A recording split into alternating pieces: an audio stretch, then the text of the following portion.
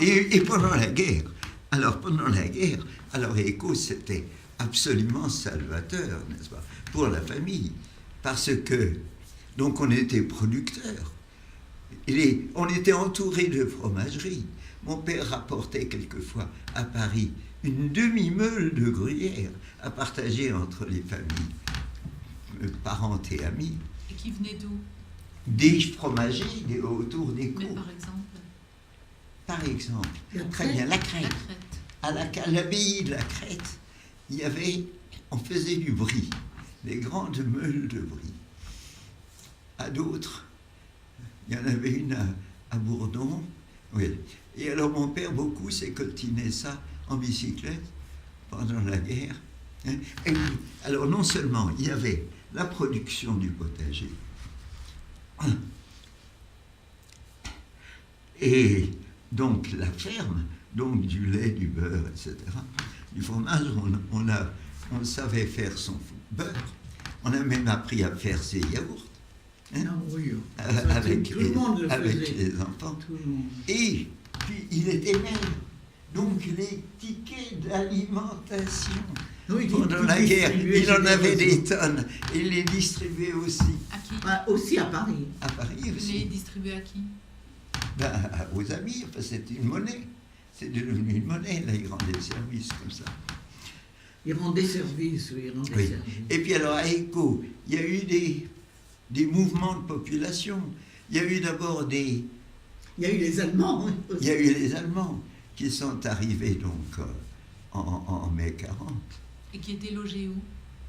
Ben, ils ont été logés au 2e étage du château pendant plusieurs jours. Mais Frou s'est débrouillé, je crois, avec la commandanture. Qui était à Rimaucourt. À Rimaucourt, oui, pour que ces Allemands disparaissent assez rapidement. Mais enfin, il y en a quand même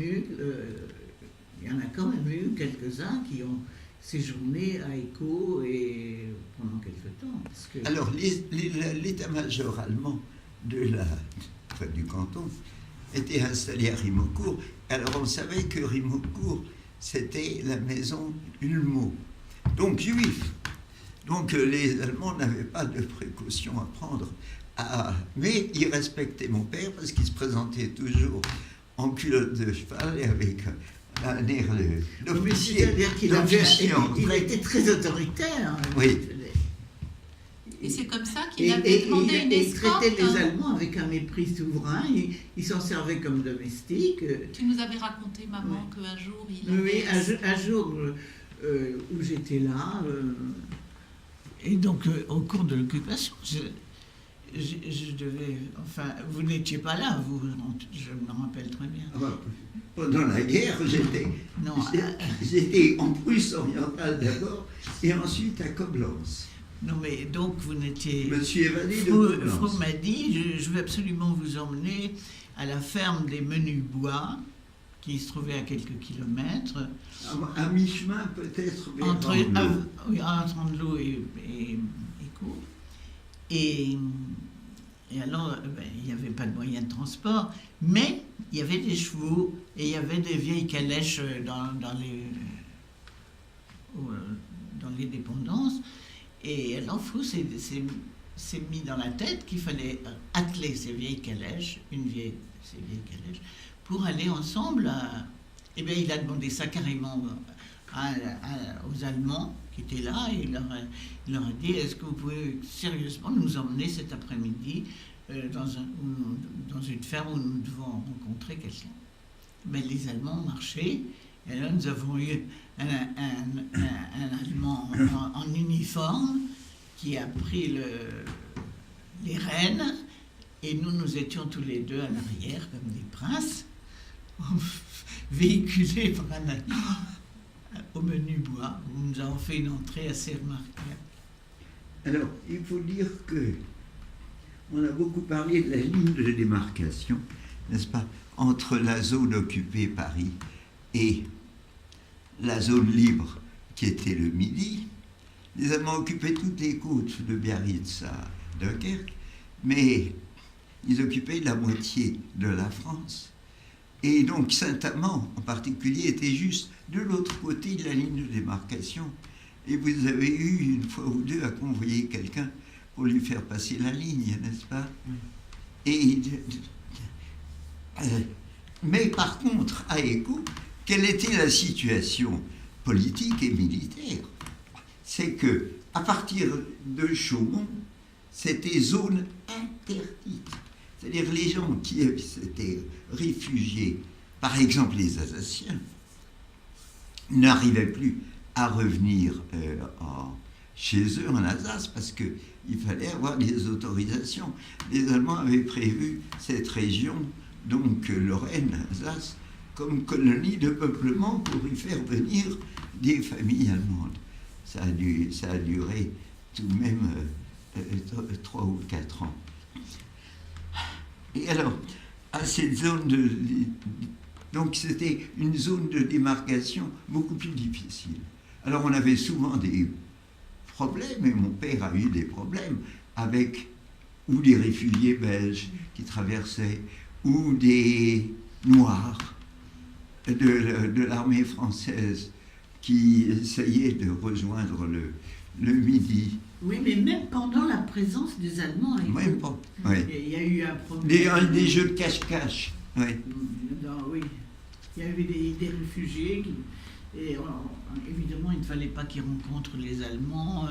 Il y a eu des petits problèmes. Et Dolfo était très fier de parler parce qu'il avait l'impression d'avoir vraiment... Oui. Et puis alors les Espagnols, la guerre d'Espagne avait fini pratiquement en 38-39. Et donc on avait beaucoup de réfugiés espagnols de l'armée républicaine en déroute qui étaient dans les camps, dans les camps des Pyrénées. Et puis il y a ceux qu'on a mis au travail, et il est venu à Écault une vingtaine de bûcherons espagnols qui ont été employés à couper du bois. Alors, ce que je voulais dire aussi, c'est que, alors mon frère Jean, qui était donc à Rouen, au Châtelet-Dollfus, a eu quelques difficultés pendant la guerre, des difficultés des gens en marche chez moi. Écoutez, vous trouvez que c'est agréable de raconter ça? Non, mais que Jean a fait du marché noir? Non, mais que... il censuré. Mais il a... au moment où, quand la guerre a tout de même tourné, lui aussi s'est rappelé qu'il était officier français, et il est venu à Écault, où donc sa femme et son fils étaient réfugiés, et pour fonder un groupe de résistance. Un groupe de résistance. Dans la région, il y a eu un maquis qu'on a installé dans les forêts, que les Allemands ne connaissaient pas, et qui s'est regroupé. Ils avaient par exemple, dans les volontaires de ce petit commando, il y avait une jeune fille de 18 ans qui s'appelait Huguette de Saint-Exupéry et qui faisait le courrier en vélo. Et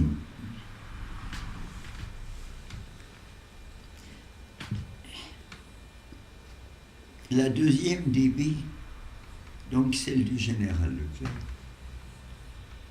est passée par là,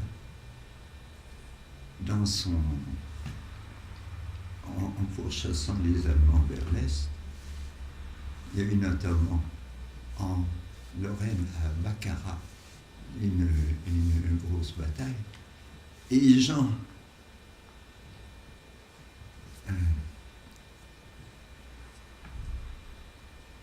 a repris son uniforme de capitaine et a pris contact avec les Américains de la division qui commandait, qui était au-dessus de la division Leclerc, et il est devenu interprète. auprès du général américain.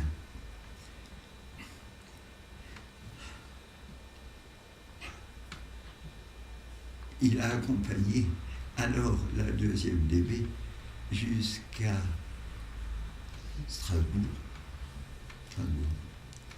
Et pendant ce temps, Bertrand arrivait par le sud, après le débarquement de Provence, 15 août, et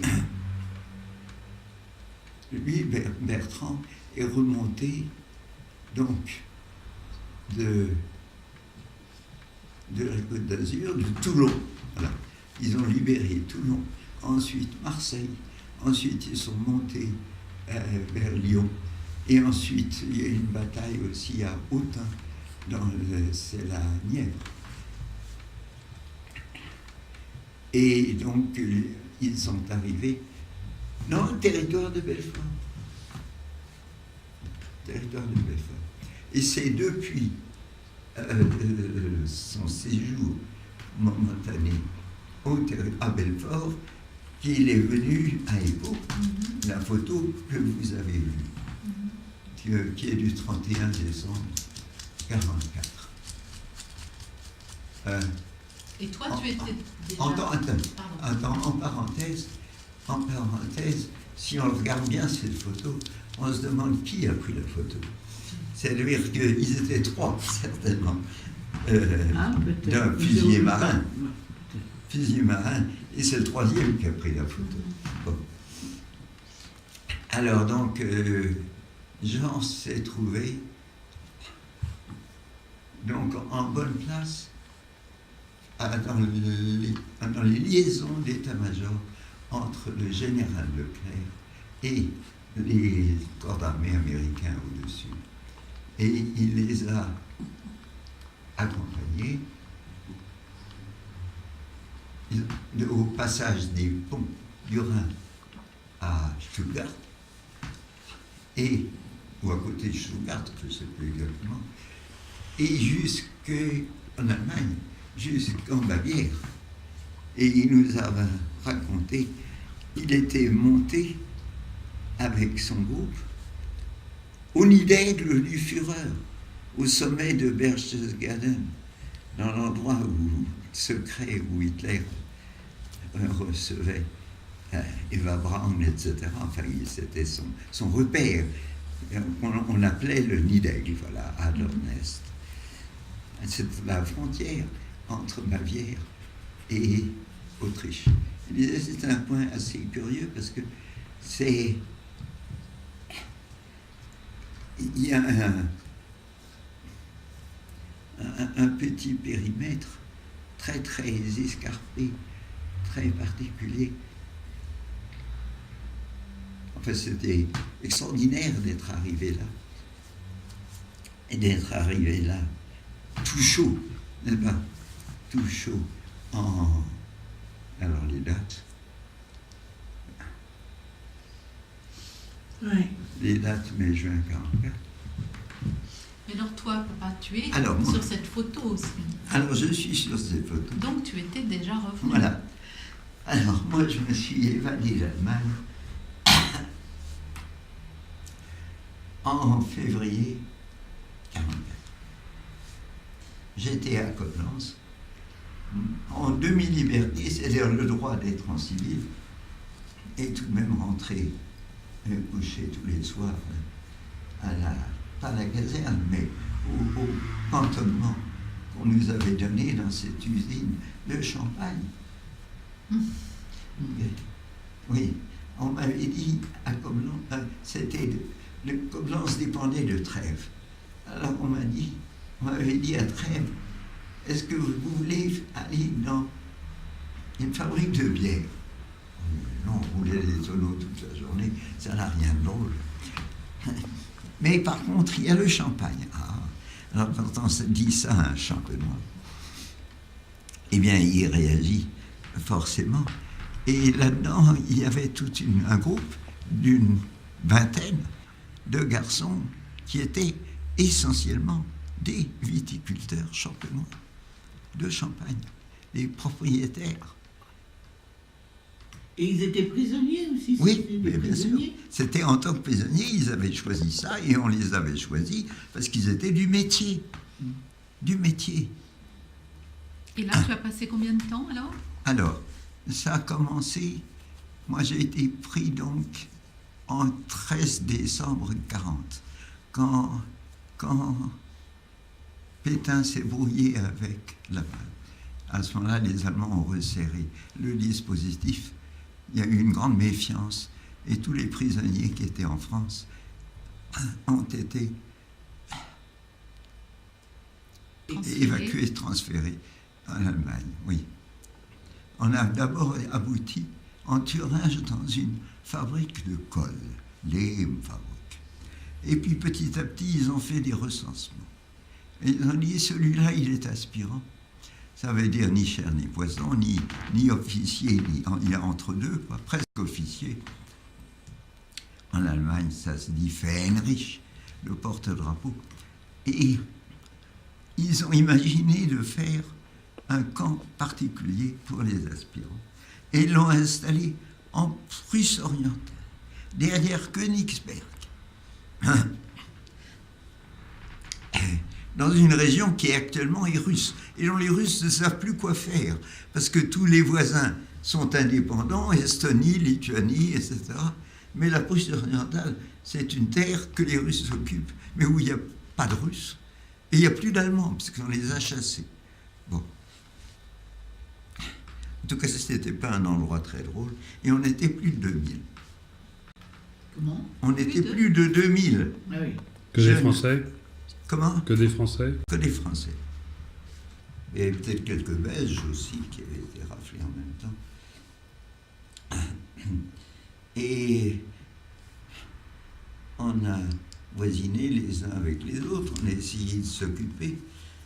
Par exemple, mon ami Gérald Antoine, qui avait été en Cagne, que j'avais connu en Cagne à Paris, et que j'avais retrouvé, il était avec moi à Fontainebleau, à l'école d'artillerie, tout l'hiver 39-40.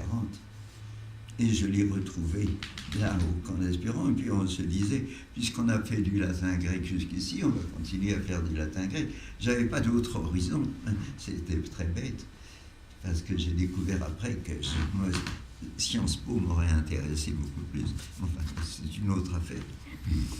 Non, Grégory. Et donc, l'université, vous avez... Alors, à l'université de Königsberg, la mémoire d'Emmanuel Kant nous a prêté des livres. Alors, moi, j'étais donc dans une popote où tout le monde parlait espagnol. Ils avaient des chants espagnols. Ils étaient très, comment dirais-je, tango. Hein? Des chants, des chansons espagnoles. Argentine? Oui, ou espagnoles de banlieue. Bandoneon, arabaniero, bandoneon, bandoneon, ritanillo. Alors, ça veut dire que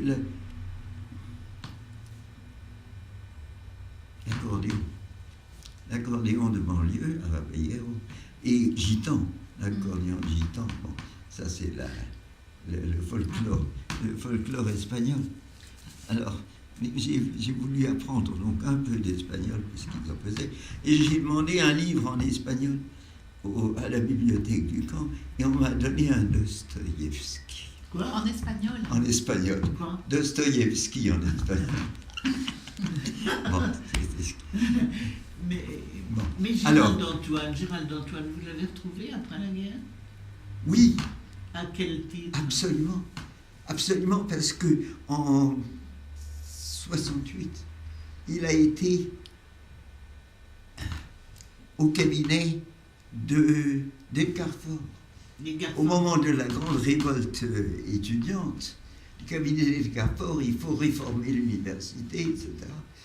Et Gérald Antoine, donc, a travaillé à cette réforme universitaire de l'époque. Et à ce moment-là, on a décidé de créer des campus universitaires, n'est-ce pas, pour sortir les universités de leur côté urbain, les mettre un peu dans la verdure. Et la première université hors les murs qui a été créée par Edgar Faure, c'est Orléans-la-Source. Et il a nommé Gérald Antoine, recteur de l'université d'Orléans. Donc je l'ai retrouvé à divers épisodes comme ça. Alors revenons au plan, papa. Alors, tu disais qu'il y avait une troupe de théâtre aussi. Oui. Et puis, non mais je cherche comment j'en suis parti. Tu avais laissé ton costume. Oui. Non mais comment j'en suis parti de là. Alors, au camp d'Aspirant, il y a des gens qui voulaient s'évader. Bon, partaient chez les Russes, c'était pas mieux. Ils ne revenaient pas. Il y a ceux qui ont réussi à s'évader et qui ont été repris après. Et j'en avais un, justement, dans mon groupe, qui s'appelait Dedon, et qui, lui, était un alpiniste chevronné. Il avait fait une expédition à l'Everest, Karakoram. Et ils se sont évadés à 2 ou 3 en prenant les trains sans billets, etc. Et pour arriver en Suisse, à la frontière du Pays de Bade et de la Suisse. Et il a été repris. Il a été arrêté? Arrêté et repris. Et renvoyé au camp. Vous voyez, vous ne pouvez pas vous évader, ça ne sert à rien. Et un moment, après, on nous a proposé de... Après, alors on nous faisait des propositions. On nous disait, est-ce que vous voulez aller défendre les troupes du maréchal au Liban, en Syrie? Il y avait un mandat français sur la Syrie. On avait besoin donc de cadres militaires français pour préparer une nouvelle expédition en Syrie. Dieu sait si ce truc-là a été compliqué, mais c'est vrai que De Gaulle a eu contre lui beaucoup de monde dans ces points-là. Et puis alors, il y a un camarade, et ils ont dit, est-ce que vous ne seriez pas breton par hasard? Parce qu'on va libérer les Bretons pour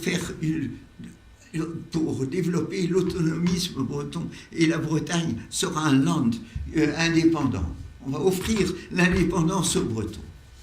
Alors à ce moment-là, j'ai eu un camarade qui a dit, mais moi je suis breton, je veux partir. Et il avait un nom 100% corse. Il s'appelait Pasqualaggi. Ça n'a pas dérangé les Allemands. Ils disent, ah tiens, curieux nom pour un breton. Enfin bref. Et alors, il est reparti? Hein? Il est reparti? Il est parti, oui. Il est parti, on ne sait pas où. Bon, alors que votre propre... Alors moi, mon propre cas, c'est qu'on nous a dit, et on vous propose, ils trouvaient qu'il y avoir 2000 ensemble, c'était trop, c'était mauvais, il fallait répartir. Et alors on vous propose de partir vers la Rhénanie. Alors je dis oui, 2000 km dans le bon sens, si on me les fait faire, ça m'aidera beaucoup, beaucoup. Alors je suis parti, et c'était pour le camp de Trèves, Trier. La Moselle, la vallée de la Moselle. Et alors je suis parti pour Trèves. Et là, donc, je suis débarqué à Coblence, dans le Champagne. Et je me suis aperçu que les camarades professionnels donc, disaient, ça, le vin tout seul, c'est pas bon. Et ils s'étaient associés avec un commando de boucherie. Et ils échangeaient. Moi, je te donne du vin et tu nous donnes de la viande. Et donc, ça vit parfait. Donc, et on finissait par vivre beaucoup mieux que nos gardiens allemands. Bon, ça a duré un certain temps. Jusqu'au moment où est arrivé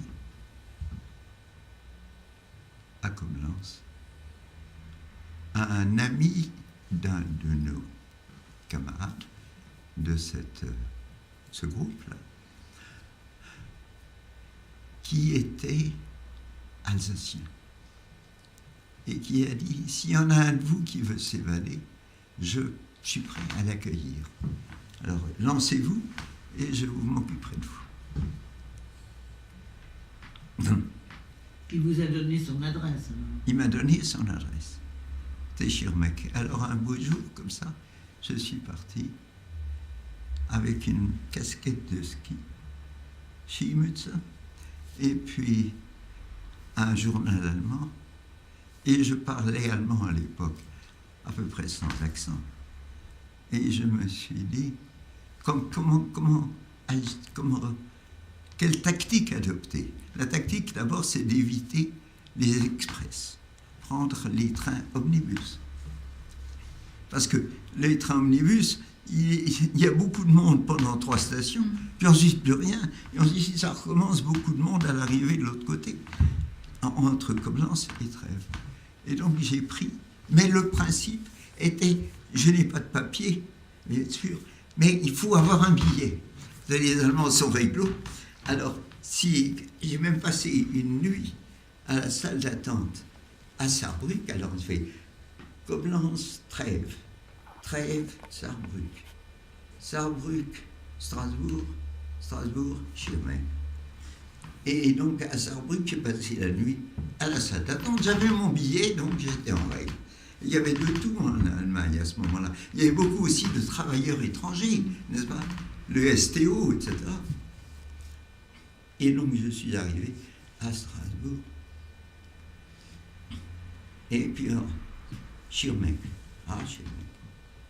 Et bien là, à ma grande stupéfaction, et pour mon grand agrément, j'ai découvert que entre Strasbourg et Schirmeck, les gens parlaient français.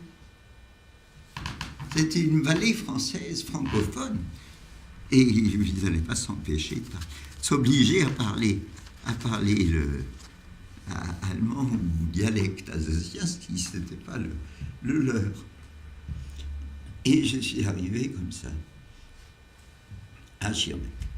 Alors j'avais l'adresse du restaurant du Pont, sur Brücke, le pont. Je suis arrivé là, avec ma casquette de ski, et j'ai demandé un glace bier. Quoi? Un glace bier. Bah, après. Et alors, on m'a dit, vous mettez pas là, c'est réservé. Bon, on m'a mis dans un coin.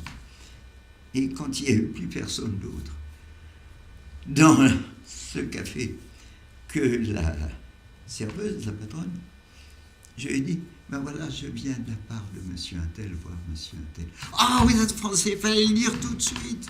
Fallait dire tout de suite, on va s'occuper de vous. Et ils m'ont caché dans leur famille. Il y avait 3 petits-enfants. Et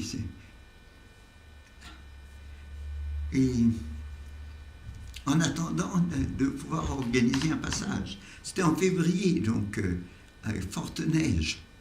Et traverser le Donon, c'était pas facile.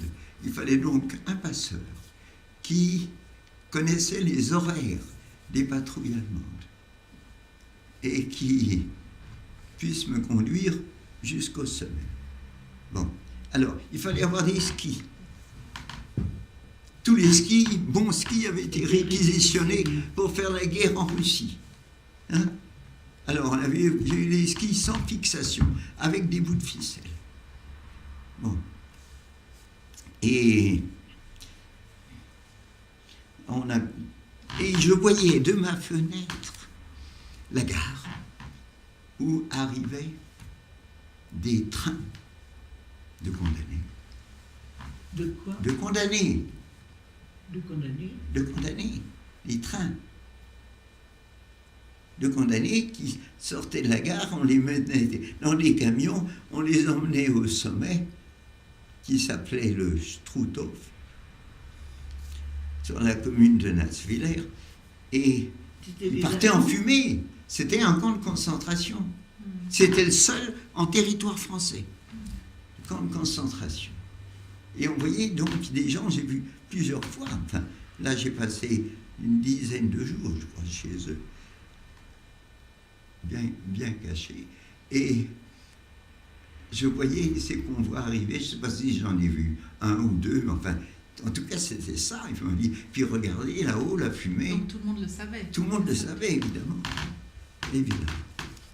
Alors donc les horaires, on m'a dit, ben voilà, on a trouvé dans la neige 2 de vos collègues qui ne connaissaient pas le point, qui étaient perdus, on les a hébergés en attendant, mais pour 3, on va faire un convoi. Alors, on va faire un convoi pour partir à 3. Mais les autres n'avaient jamais fait de ski. Hein? Il y en a un qui avait des bottes de caoutchouc. Bon, c'est bien pour la neige, mais pas pour le ski. Et un jour, on nous a dit, ben voilà, le convoi est formé, vous allez partir ce soir. Il faut être passé entre 11h et minuit,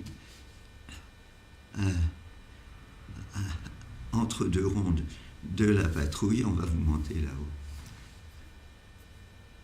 Et ce citoyen, c'était donc un patriote, et il s'appelait Edelblut, noble sang, Edelblut. Le passeur, je ne l'ai pas revu, mais actuellement, il y a, grâce à l'association des évadés, il y a au sommet du Mont Dolent un très beau monument à la mémoire des évadés et à la mémoire des passeurs. Parfaitement. C'était une des grandes routes d'évasion, le Dolent. Et donc avec les risques correspondants. Ça a duré combien de temps, quoi, ce trajet? Ben, la montée, quelques heures. Et alors le problème était que les schlitters, les bûcherons alsaciens avaient installé partout des mètres cubes de comment est-ce qu'on dit, des stères de bois prêts à partir. Et il fallait enjamber ça, donc enlever ces ficelles, enjamber, rechausser les skis de l'autre côté, avec des nœuds gelés. Bon. Donc on a fait ça plusieurs fois, et puis on est arrivé là-haut, puis là-haut... Mais c'est la seule fois, vous n'avez pas eu à recommencer plusieurs fois le trajet pour des raisons... Ah non, les direct, on nous livre au sommet, et au sommet on est dit, auf Wiedersehen, débrouillez-vous, redescendez, c'est tout facile. Vous êtes chez vous, alors oui. Du moment que vous aviez passé ce sommet. Voilà, le sommet, la frontière, c'était une frontière. Et donc on redescendait sur Saint-Dié. Voilà. Et alors, on m'avait dit, on va même vous donner à Saint-Dié une fausse carte d'identité. Parce que vous ne pourrez rien faire sans carte d'identité. Bon. J'ai eu une carte d'identité. Et puis, qu'est-ce que j'ai fait? J'ai téléphoné à Avenue Breteuil et je vous ai prévenu en disant, j'arrive ce soir, venez me prendre à la gare de l'Est. Hein? Depuis Saint-Dié avec les faux papiers. Hein? Et alors, 15 jours après, j'ai eu le contre-choc. Donc, Pleurésie. Oui, Pleurésie. Alors là, j'étais chez Nelly les premiers temps. Hein. Et puis ensuite, on a trouvé un hôpital. Et on a même retrouvé, ce qui était très bien, mon capitaine de 40, qui était resté officier actif et qui a pu me piloter, moi d'abord à l'hôpital Bégin, ensuite enfin, j'en ai fait 3. Le 3e, ça a été Val-de-Grâce, où je suis resté. Et tu avais quel statut à ce moment-là? Comment? Tu avais quel statut? Ah, alors, j'avais le statut de... Moi, je disais, je suis un prisonnier rapatrié par la Croix-Rouge. Rapatrié par la Croix-Rouge. C'était vrai ou pas vrai, mais à ce moment-là, on était en avril-mai. Le débarquement a eu lieu le 6 juin. tout le monde retournait sa veste. Et les médecins, c'était pas le moment de chipoter, c'était le moment de dire, voulez-vous me faire un certificat pour que je puisse prouver que je vous ai aidé. Les médecins en poste, les médecins militaires des Val-de-Grâce. Et j'avais dans ma chambre un camarade qui était un médecin commandant, qui n'avait pas l'air très malade. Et je le soupçonne d'être résistant et d'attendre simplement de pouvoir participer à la libération de Paris. Alors à ce moment-là, il quittait son lit, il allait travailler. Et alors donc j'ai donc trouvé un statut normal de prisonnier rapatrié, malade, etc. Alors c'est pour ça que vous n'avez pas demandé à avoir la médaille des évadés. La médaille des évadés, c'était après. J'y ai pensé beaucoup trop tard, parce que j'avais à Paris, parmi les camarades de Coblence, il y en avait un ou deux qui étaient à Paris, et qui auraient pu me servir de témoin. Il me fallait 2 témoins. Et il fallait y penser, je ne les ai pas fait à l'époque. Bon, ben j'aurais pu. Et alors à ce moment-là, après s'est posée la question du mariage.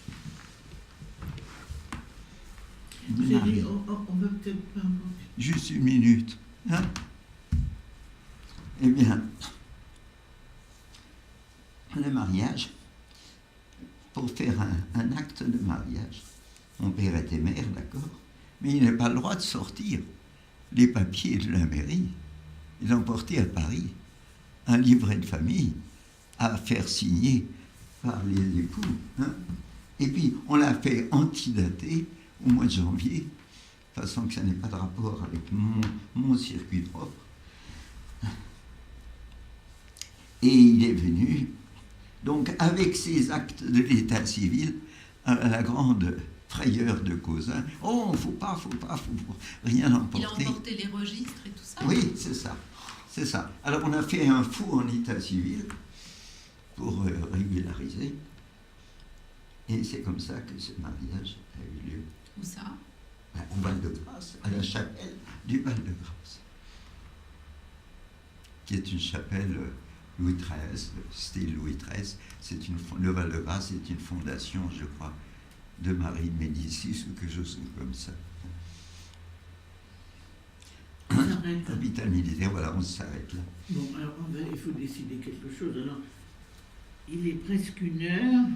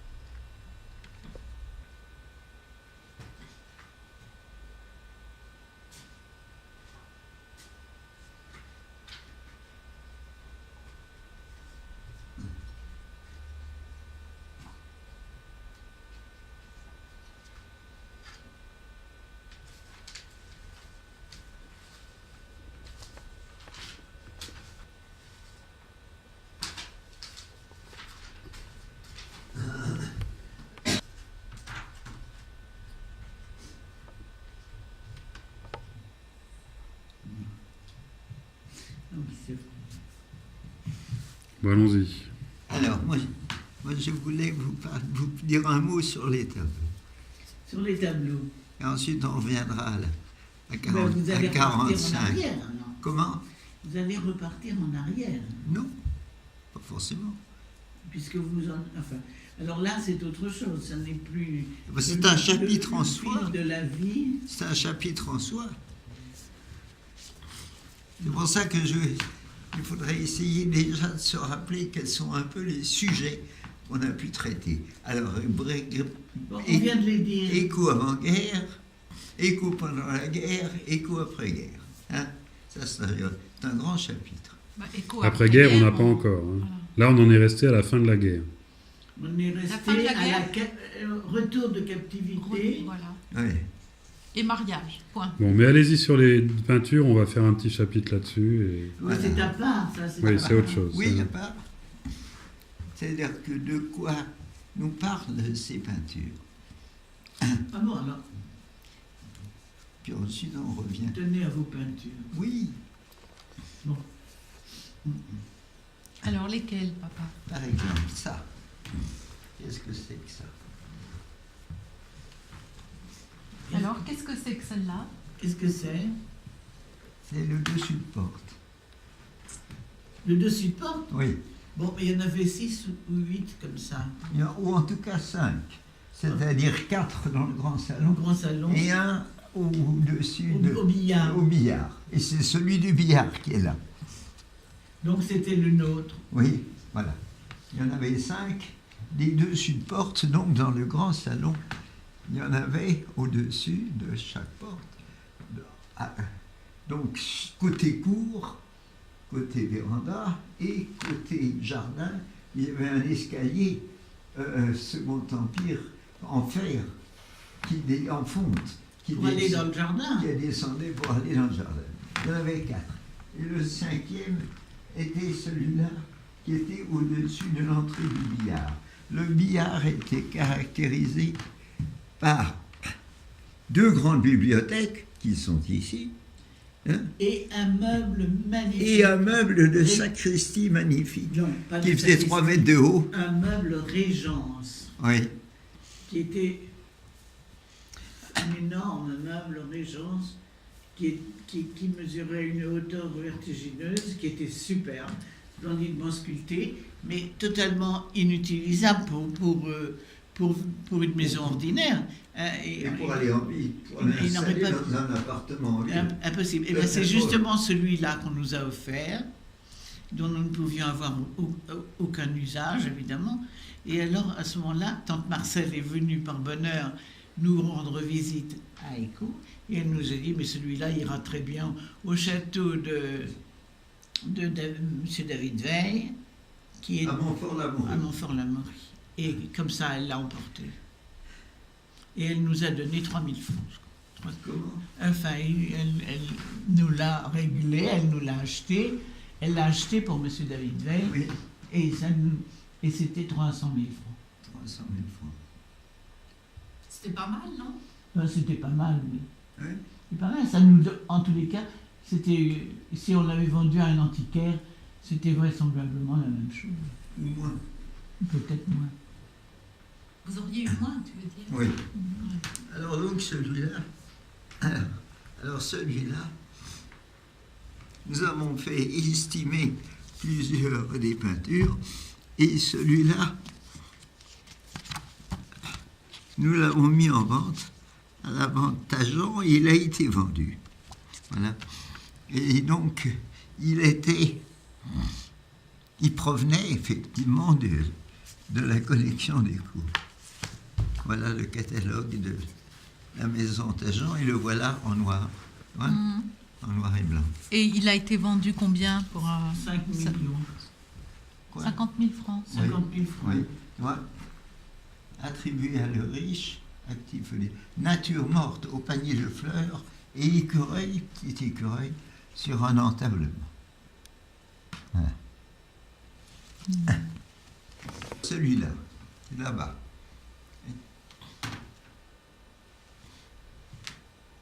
Peut-être que Jean-François peut l'éclairer en tournant le... Ah, celui-là, c'est le préféré. Il était chez donc les Bryanski, Madame Brynalski étant la sœur de mon père, hein, Elisabeth Châtel, épouse Brynalska, elle disait toujours, il faut dire Brynalska pour les dames.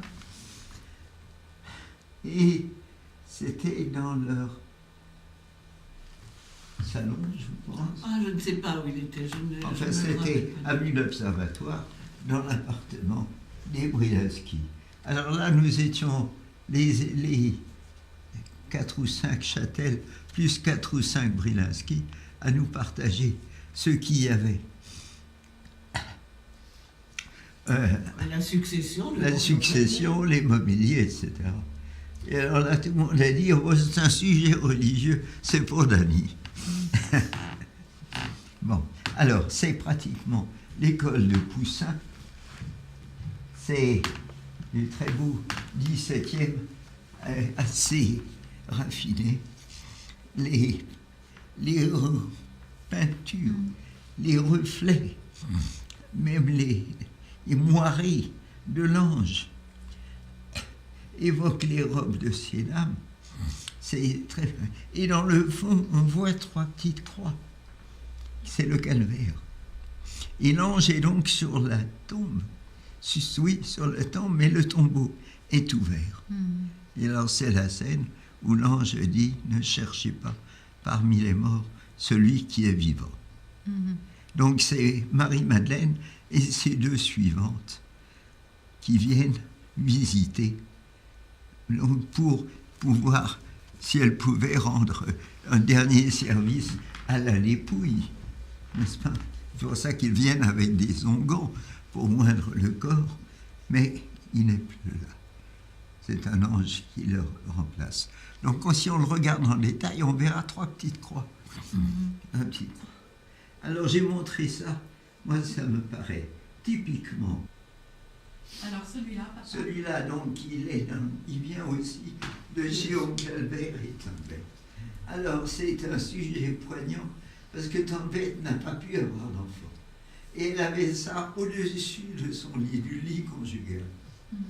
Et lui fait compter le nombre d'enfants.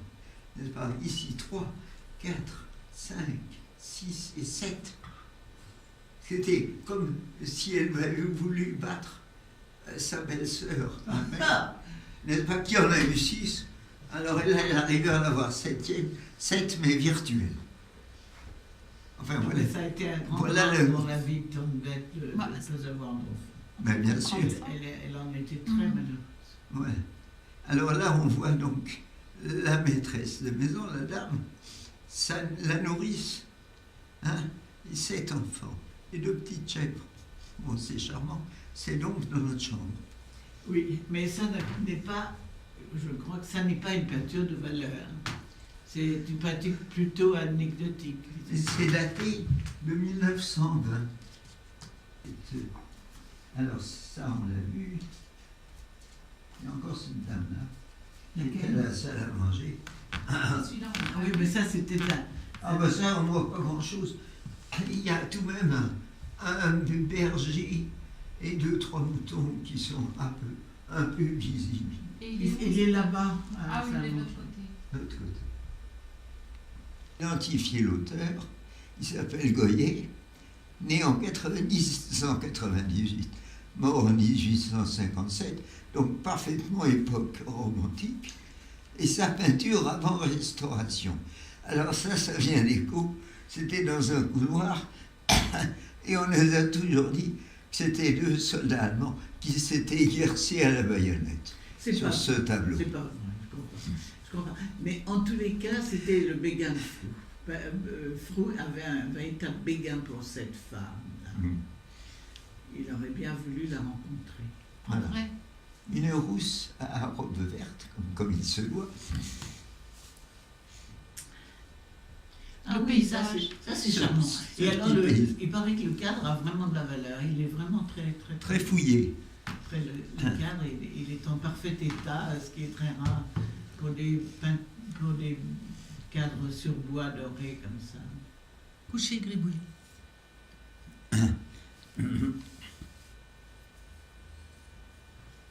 Alors donc, on en était à la Libération. Alors que nous sommes en Allemagne, nous arrivons en Allemagne.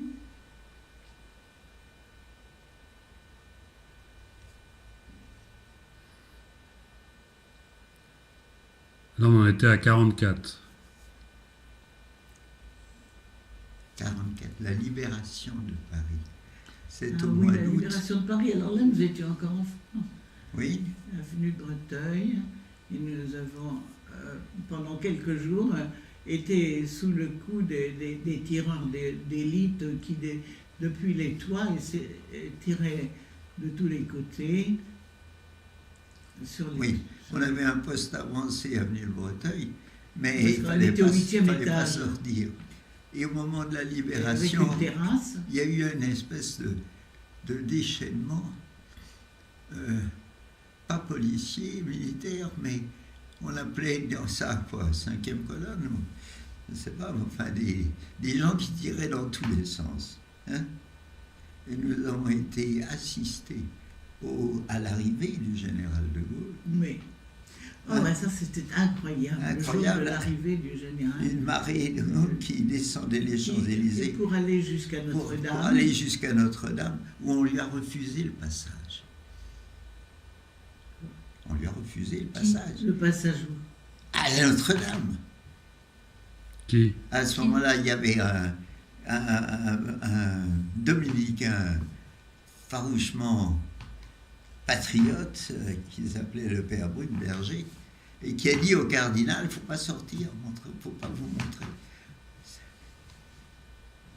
Non, je ne me rappelle pas ça. Ça s'est Je me passé rappelle- comme ça, mais on l'a su qu'après. Alors nous étions On l'a su entre qu'après. le Grand Palais et le Petit Palais. On était entre le On est- Grand et- Palais et le Petit Palais. Et alors je me Quand rappelle ils sont que passés. tous les gens s'étaient étendus par terre parce que ça tirait vraiment de tous les côtés. Et lui, il se baladait à travers ces gens, il était tout seul debout, à m'appeler, allez, venez.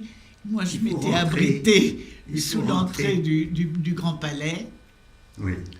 Et, Donc, et- le oui, Grand mais je Palais, vous en, c'est- mais je vous en c'est prie, pont Alexandre. etc. Mais Rentrez venez, par le pont Alexandre. nous allons traverser Et le pont rejoindre Alexandre. après ils ne sont plus l'esplanade très des loin de la Invalides, maison. rejoindre l'avenue de Breteuil. Et moi, j'étais pas du tout tranquille parce que je voyais tous les gens étendus par terre. Oui. Et lui qui essayait de passer Mais par-dessus. je voulais vous mettre au risque. En risque, mais pour ça, il fallait traverser tout, Ben oui. tout le pont Alexandre. Le pont Alexandre, Et c'est jusqu'à là-dessus la qu'on ligne. tirait. Alors, hein. Bon. C'était vraiment pas drôle. Alors tu l'as suivi quand même? Ben oui, quand même. J'ai quand Ben, même il fallait, quand même suivi. le Moi, but je de me la rappelle manœuvre avoir était enjambé de des rentrer. corps. Oui. Enjamber des corps, j'avais l'impression que tout le monde était à plat ventre. Voilà. Ouais, ouais. Ben, c'est une séance de panique, quoi. Il y a eu un moment de panique. Bon, et alors à cette époque-là, vous habitiez Paris, donc. Alors nous étions à avenue de Breteuil. Oui.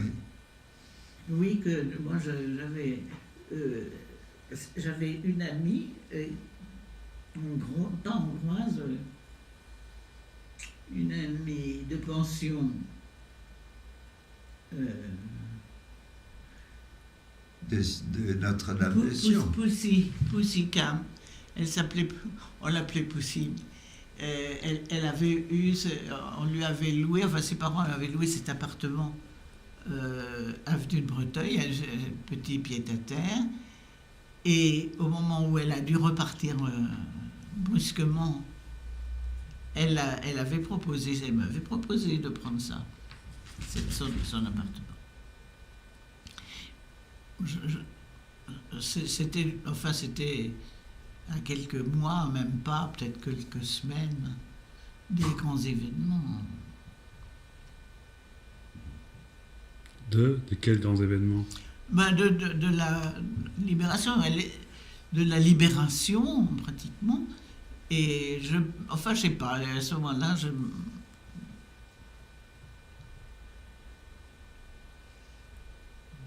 me rappelle avoir été avec elle sur cette terrasse le jour, la veille de son redépart, plus ou moins clandestin, plus ou moins possible, pour repartir dans son pays, en Hongrie. Et elle m'avait dit, oh là, maintenant c'est sûr, on ne se reverra plus jamais, etc. Et on n'a plus eu ces nouvelles depuis. Et donc elle t'a laissé son appartement? Oui. Ce qui était précieux d'avoir bien sûr un studio en plein Paris, dans un bon quartier. Et c'est à ce moment-là que papa est revenu? Oui.